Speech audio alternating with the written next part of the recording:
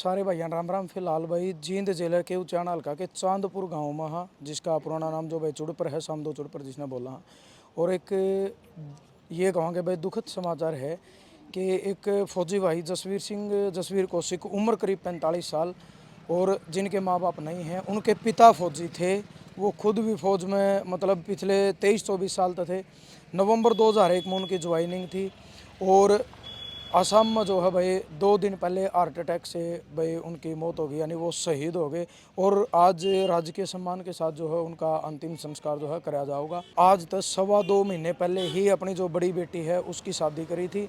करनाल में इनका रेजिडेंस है और इनके जो भाई हैं वो गांव में रहा करे हैं। एक बीच की बेटी है और एक छोटा जो है 15-16 साल का इनका बेटा है, यानी टोटल 3 बालक हैं। और माँ बाप इनके हैं नहीं, पिता वो भी फौज में थे।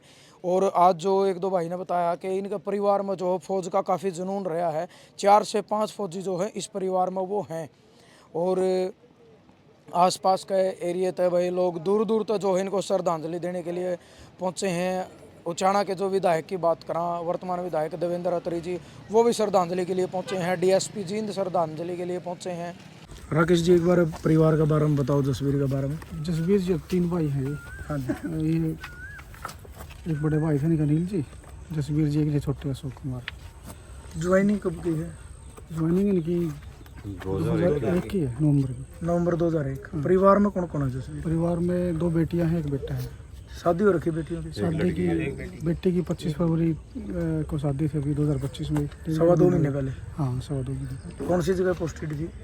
इनकी आसाम, तेजपुर चाइना बॉर्डर।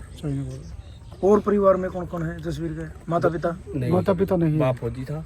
अच्छा जी। हाँ, और हरियाणा एग्रीकल्चर में डबल ड्यूटी की थी उन्होंने। पिता फौजी थे? पिता भी फौजी थे और 3 इनके भतीजे फौजी हैं आर्मी में। हो सकता है गांव में क्या हमारे सबसे इलाके में सबसे ज़्यादा जो आर्मी की नहीं हो। 3 बेटे अभी लगे हमारे, और ये भाई हमारा जसवीर आर्मी में था, इनके पिताजी भी आर्मी में थे, और इनका एक भाई भी है।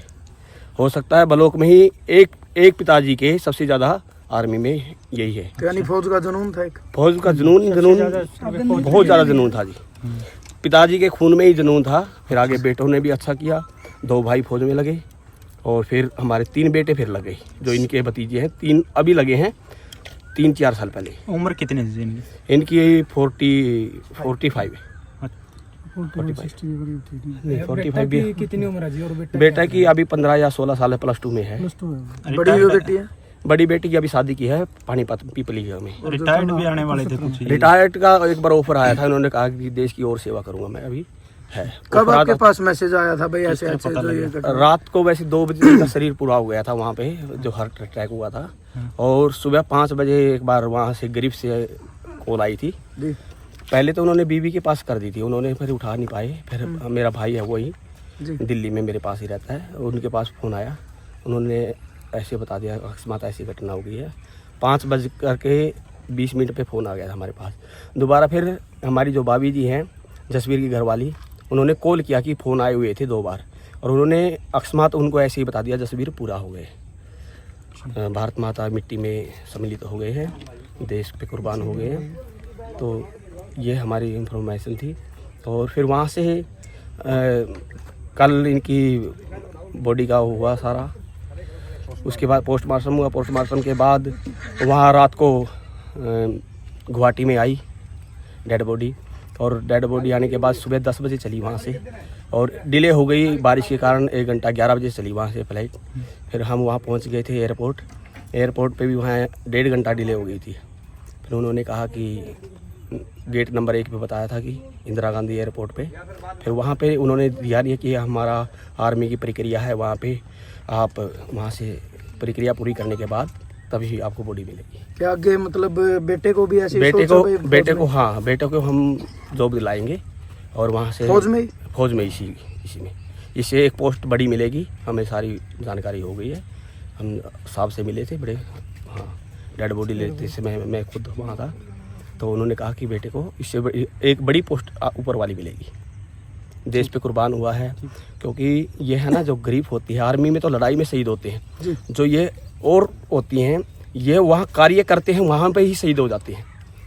आर्मी में जो BSF और सीआरपी वगैरह ये होती हैं, ये लड़ाई में शहीद होते हैं। ये वहाँ कार्य करते हुए ऑन ड्यूटी पे होते हैं, ये शहीद होते हैं। ये गिरफ्त का नियम है।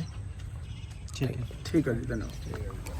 शहीद हुए हैं हमारे जो दसवीर भाई शहीद हुए हैं देश के लिए।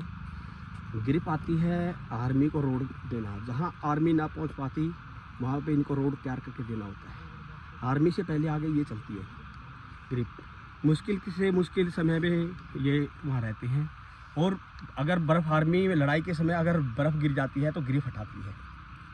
उससे पहले आर्मी से आगे चलती है गिरफ्त। और गिरफ्त ने ऐसा काम किया कि भारत के लिए जो चाइना बॉर्डर पे सबसे ऊंची हमारी चोटी है, उन्होंने रोड प्राउड किया, जिसमें मुख्य भूमिका हमारे जसवीर भाई की थी और अहम भूमिका थी।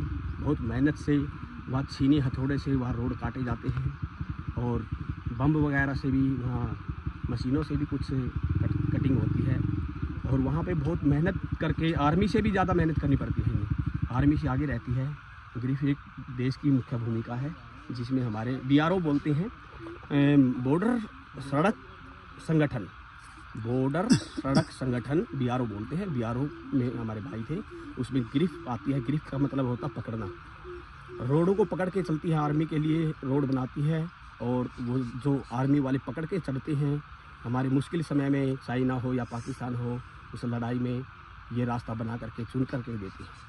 लड़ाई के समय मुश्किल समय में रात को भी इनको रोड काटना पड़ता है, और जो खड्डे बनाए जाते हैं पहाड़ पे चढ़ने के लिए, वो जसवीर भाइयों को बनाना पड़ता है।